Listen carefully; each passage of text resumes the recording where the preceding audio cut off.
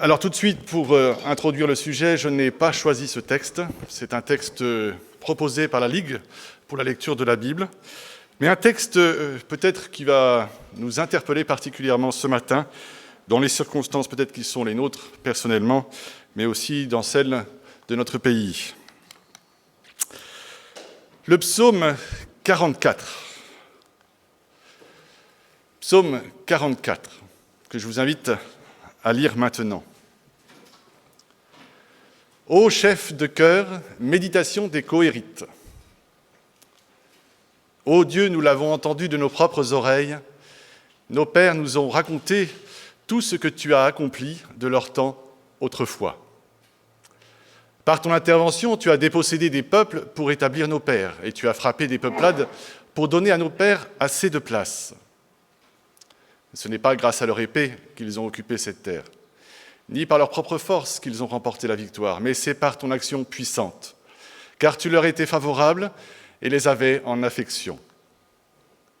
C'est toi, ô Dieu, qui es mon roi et qui décide le salut de Jacob.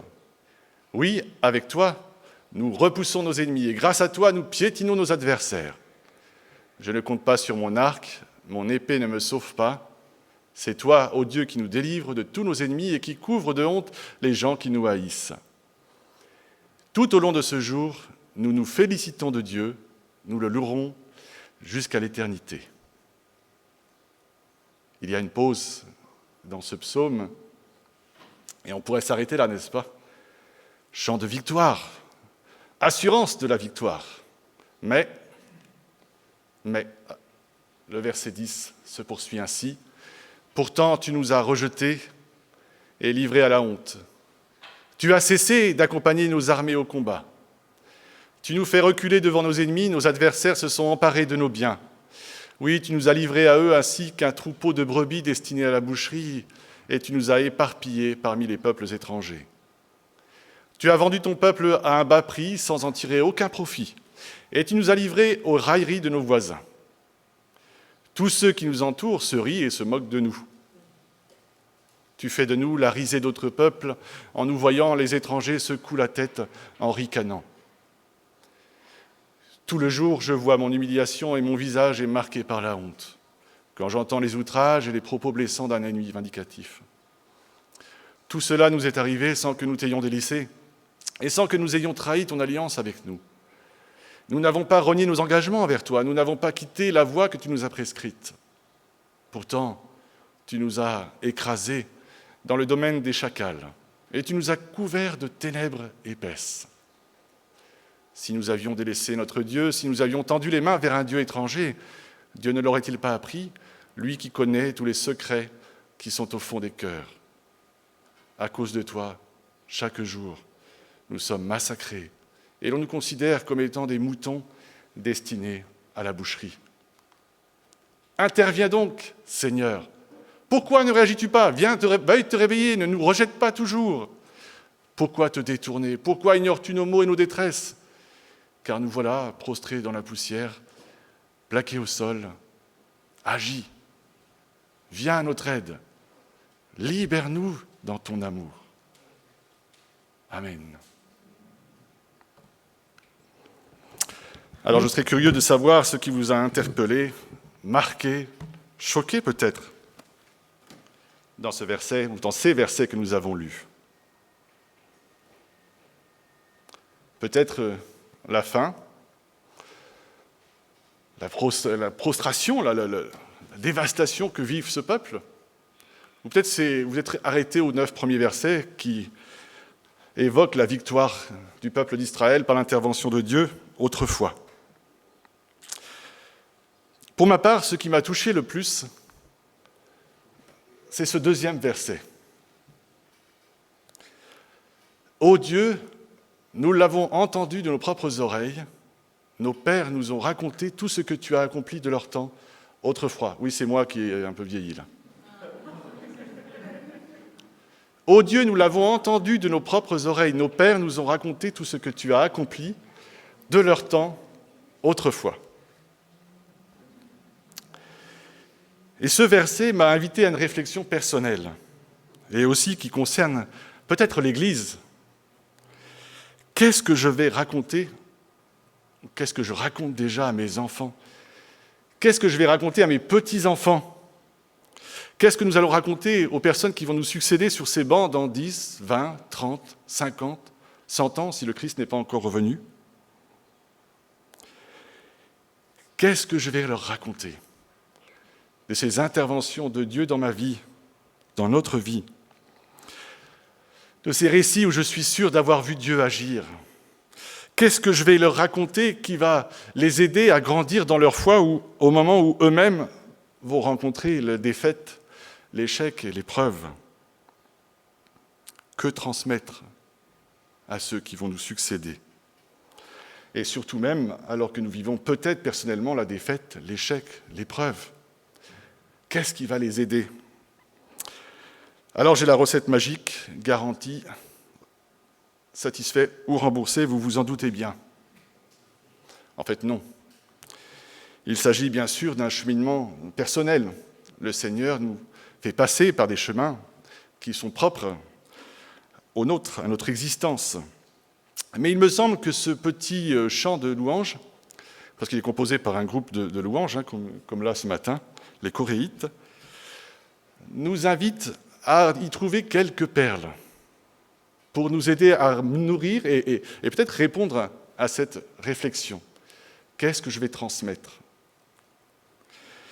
Et je voudrais vous l'inviter à le faire sous forme de danse, comme une valse, comme ce dialogue entre ce roi et ce peuple. Car vous le savez, notre vie est faite de défaites, mais de victoires aussi, de réussites et d'échecs. Et tout cela forme comme une danse dans laquelle on peut voir Dieu agir. Alors je vous invite à une valse ce matin. Vous savez, les valses, c'est très technique et précis.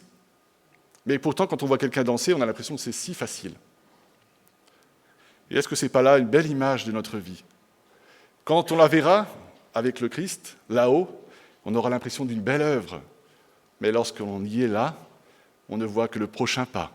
Pas toujours évident, surtout si vous êtes comme moi, très féru de danse et aisé avec mon corps.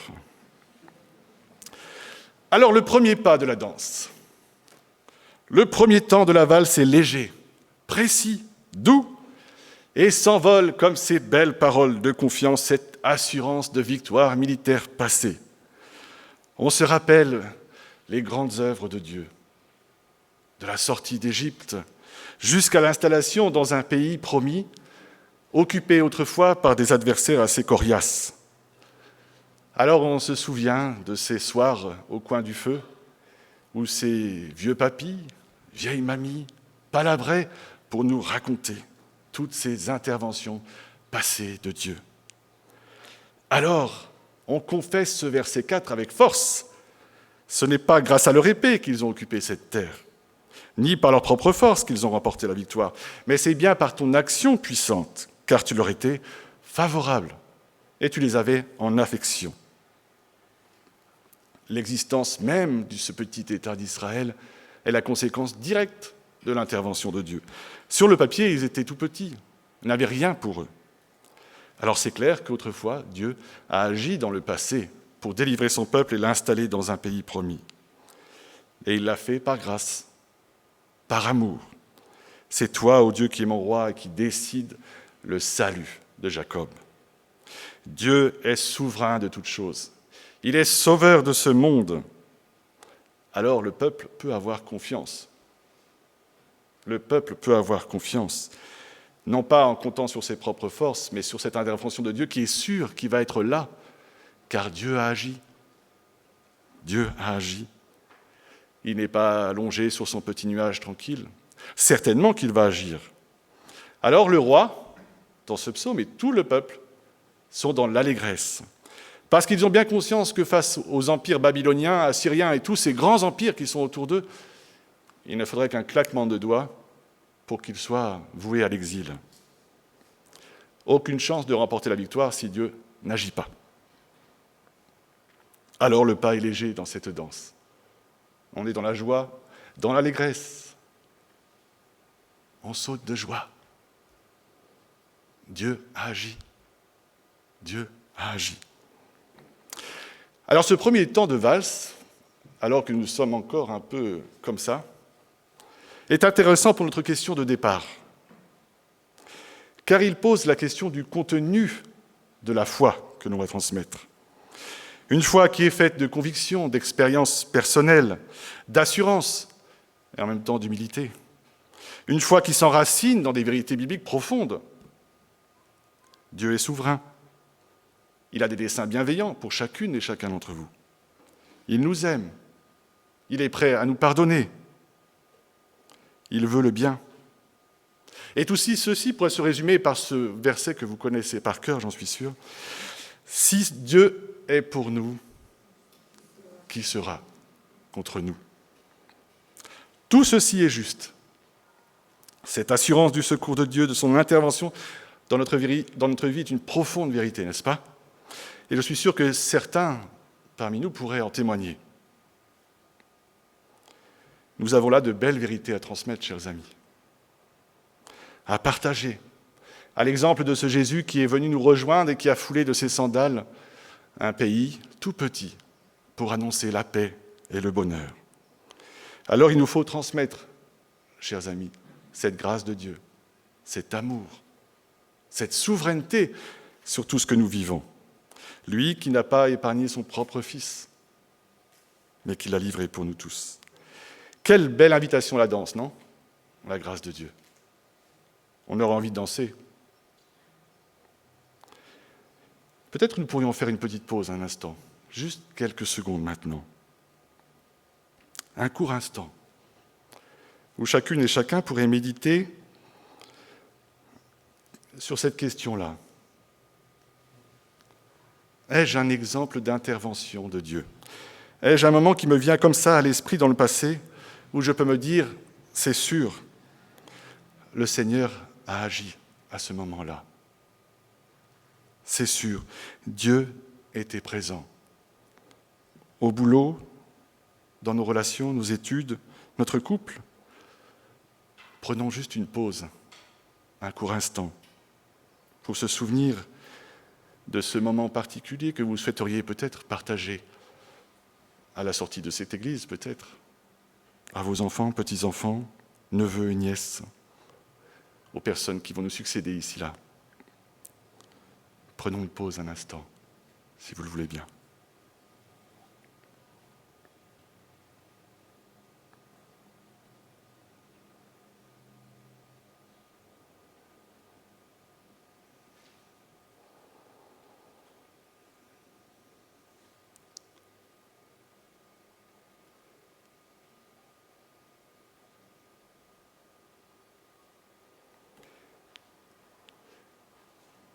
Si Dieu est pour nous, qui sera contre nous? Quelle belle invitation à la danse! Quelle belle invitation à la danse de la grâce de Dieu! Mais voilà, vous le savez, le psaume ne s'arrête pas au verset 9. Le pas est un petit peu plus pesant, un petit peu plus dense, plus lourd, plus plombé peut-être. Parce que les victoires passées, ce que les ancêtres ont transmis à cette génération, ils ne l'ont pas encore vu ou ne l'ont pas vu. Ils ont essuyé une terrible défaite. Certains s'en sont échappés, d'autres ont été tués, d'autres ont été prisonniers. Les épreuves s'enchaînent, la spoliation, les massacres, l'esclavage, et j'en passe. La défaite est là. Comment comprendre? Comment comprendre? Et puis, il y a tous ces peuples qui rigolent bien de nous. Ah, la honte. Si Dieu est pour nous, qui sera contre nous? Oui, parce qu'à l'époque, la victoire ou la défaite d'un peuple, c'est aussi la victoire de ses divinités ou de son Dieu. Alors si le peuple d'Israël essuie une défaite, c'est quelque part aussi la défaite de son Dieu. La honte. La honte. Et alors, de façon un tout petit peu insolente. Je ne sais pas si vous l'avez remarqué, la façon dont le roi et le peuple s'adressent à Dieu.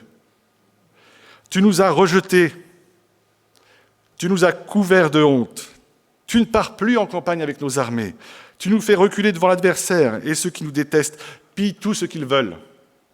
Tu nous livres comme des moutons qu'on dévore, tu nous dissémines parmi les nations, tu vends ton peuple pour rien. Tu le brades.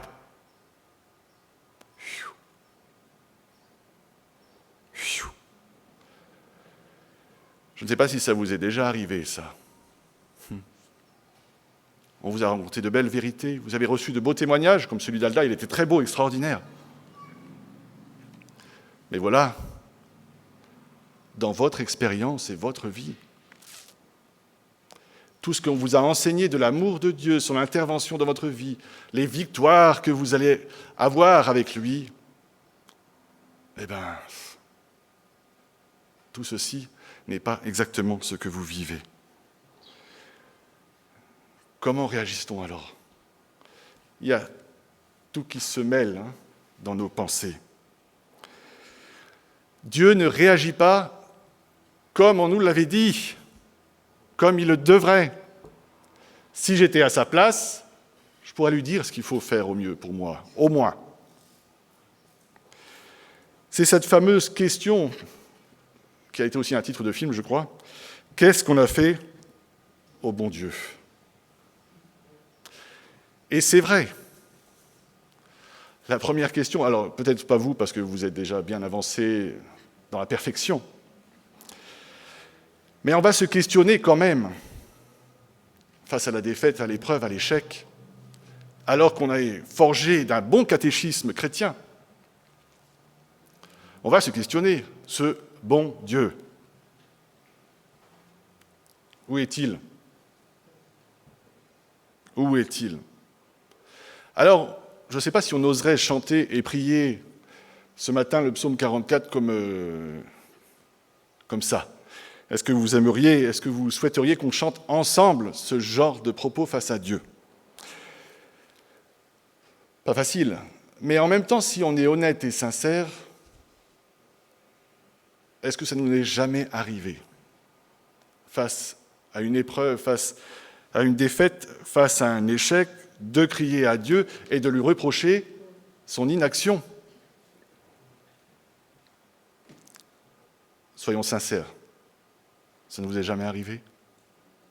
Seigneur, je pensais que tu allais faire ça et ça ne s'est pas passé. Franchement, tu étais où?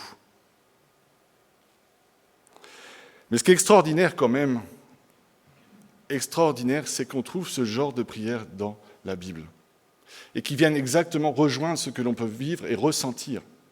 Et le pire encore, c'est quand vous y réfléchissez bien, c'est qu'ils ont été inspirés par le Saint-Esprit, quoi. Ça veut dire que le Saint-Esprit vient nous rejoindre, vient rejoindre le cœur du croyant dans ses détresses même les plus difficiles et les plus profondes pour l'aider à s'ouvrir à Dieu. Parce que Dieu n'attend pas une relation avec nous faite de belles formules toutes faites. Il veut que nous soyons sincères avec lui, en vérité, y compris pour dire « Tu m'as rejeté, tu m'as abandonné. Où étais-tu? Où étais-tu? Où étais-tu » Alors, vous le savez, Dieu est sourd à tout ce genre de paroles, parce qu'il ne connaît pas ce genre de situation. Il n'a jamais vécu ce genre de choses. Il est dans son ciel, nous sommes sur la terre, et il nous laisse vivre notre vie cas un cas. Ben non! Si Dieu est pour nous, qui sera contre nous? Mais il y a aussi Dieu avec nous, Emmanuel, Jésus, qui est venu rejoindre notre vie et notre parcours sur terre.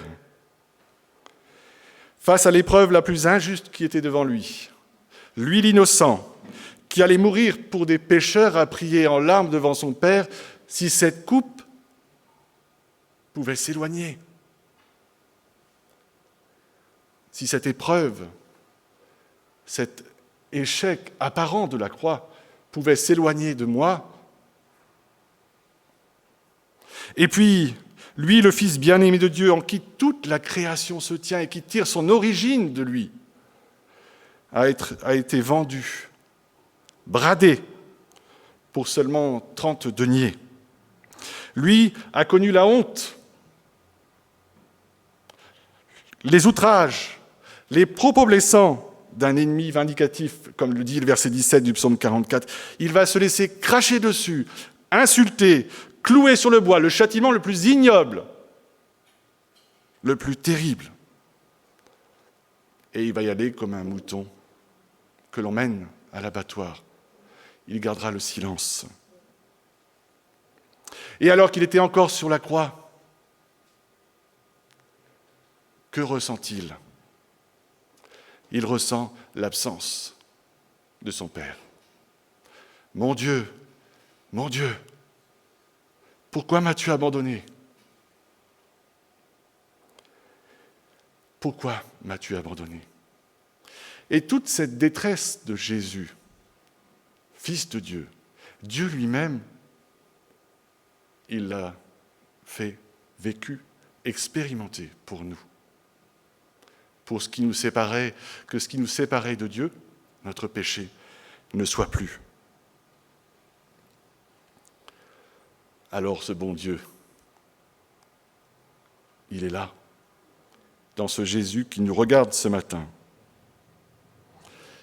Ce Jésus est ce Dieu qui serait, c'est vrai, en droit de nous rejeter ce matin, pour tout le mal qu'il voit se commettre dans le monde. Qu'est-ce qu'on a fait au bon Dieu ? Alors si le Dieu est bon, c'est peut-être qu'on a fait quelque chose de mal. Et ça, c'est la logique que poursuit le roi et son peuple, dans une logique de rétribution. Si Dieu est contre moi, alors c'est que j'ai fait quelque chose de pas bien.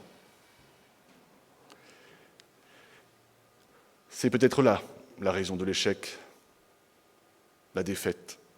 On a fait quelque chose de travers. Et vous l'avez remarqué, très rapidement, le peuple constate qu'ils n'ont rien fait. Et ils le confessent de leur bouche. Nous n'avons pas pratiqué l'idolâtrie. Et même si on le disait juste de notre bouche, de toute façon, le Seigneur, tu connais le tréfonds de notre cœur, donc regarde, nous n'y sommes pour rien. Mais alors, où est la cause ? Où est la raison de cet échec, de cette défaite ? Eh bien, elle se trouve peut-être dans le verset 23. À cause de toi. Chaque jour, nous sommes massacrés et l'on nous considère comme étant des moutons destinés à la boucherie. À cause de toi. Le peuple d'Israël se rend compte que celui qui est visé derrière tout cela, celui qui est attaqué en direct, c'est le Dieu d'Israël. Et ici, la souffrance, l'échec, serait plus quelque part une blessure de guerre qu'un véritable châtiment. Le prix de la fidélité à Dieu dans un monde qui est en guerre contre lui. C'est ça que constate le peuple.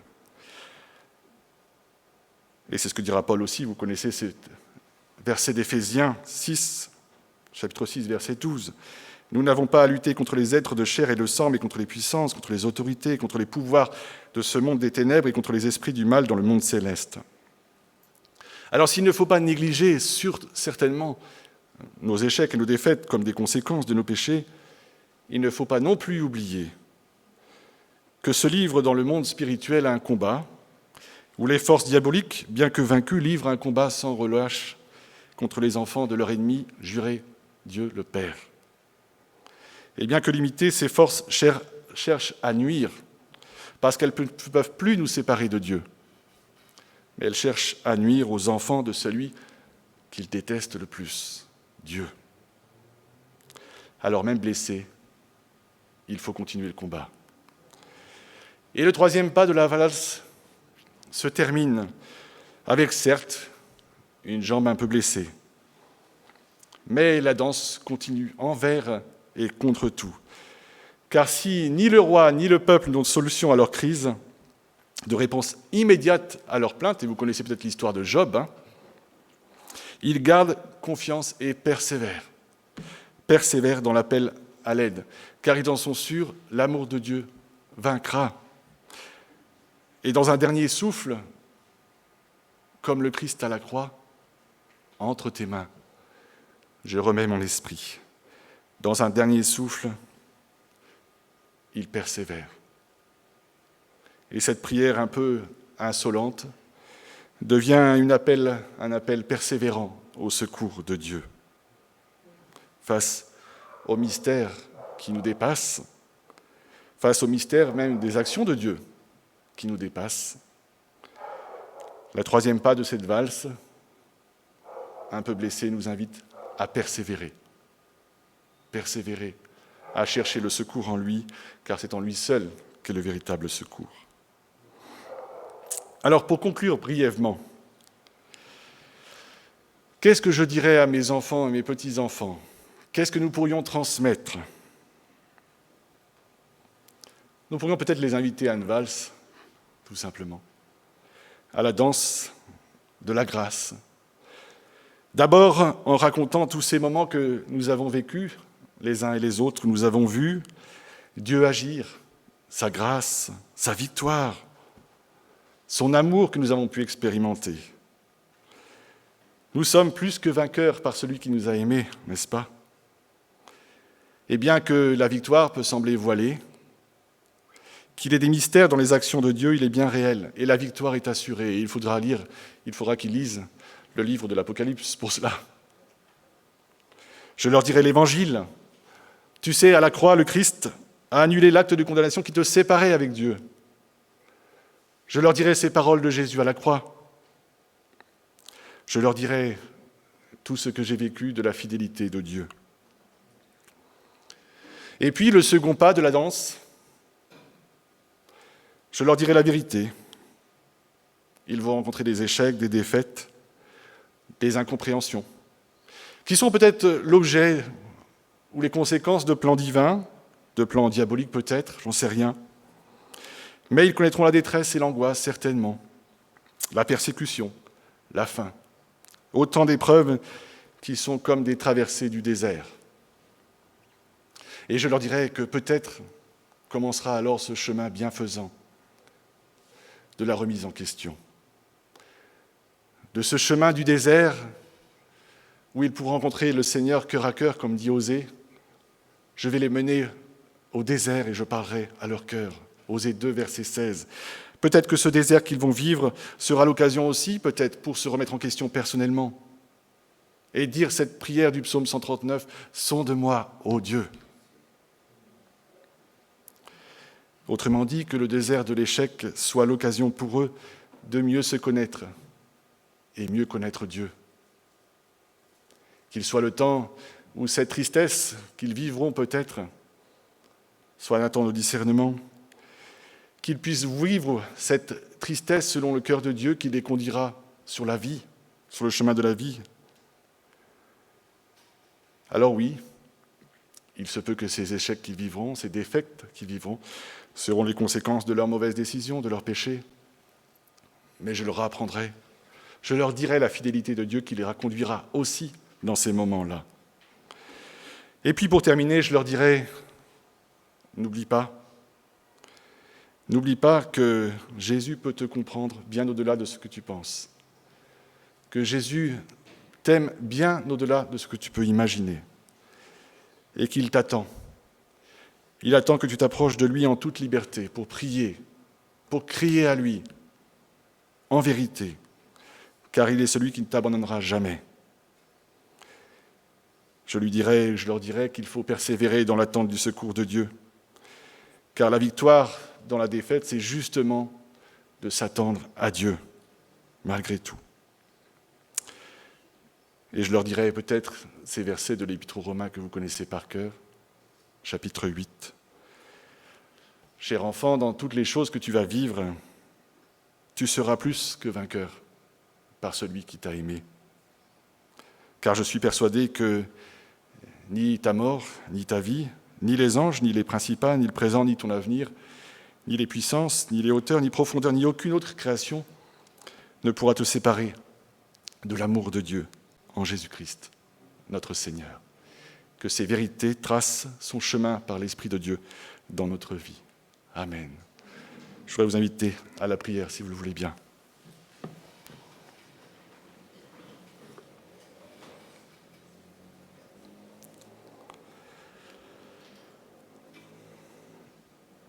Notre Dieu et Père, merci pour ta parole qui ne censure pas ce que le cœur humain peut ressentir, qui ne cache pas la vérité des élans de notre cœur, qui ne fait pas abstraction de notre péché non plus. Merci pour ta parole qui nous dit ton amour et ton pardon, qui nous invite à cette vie sincère avec toi. Seigneur, nous te demandons pardon pour toutes ces fois où nous essayons de nous débattre dans nos échecs, nos épreuves, nos difficultés, par nos propres forces, avec notre épée ou notre arc, avec ce qui nous semble être le plus efficace. Et Seigneur, nous voulons faire silence en nous-mêmes et t'appeler à l'aide ce matin si nous en avons besoin. Seigneur, nous avons besoin de toi, jour après jour. Nous avons besoin de ton amour. Nous avons besoin aussi de ces vérités qui nourrissent notre foi, pour que face à l'épreuve, à la défaite, à l'échec, nous puissions aussi confesser que tu es avec nous. Car si tu es avec nous, qui pourrait être contre nous ? Amen.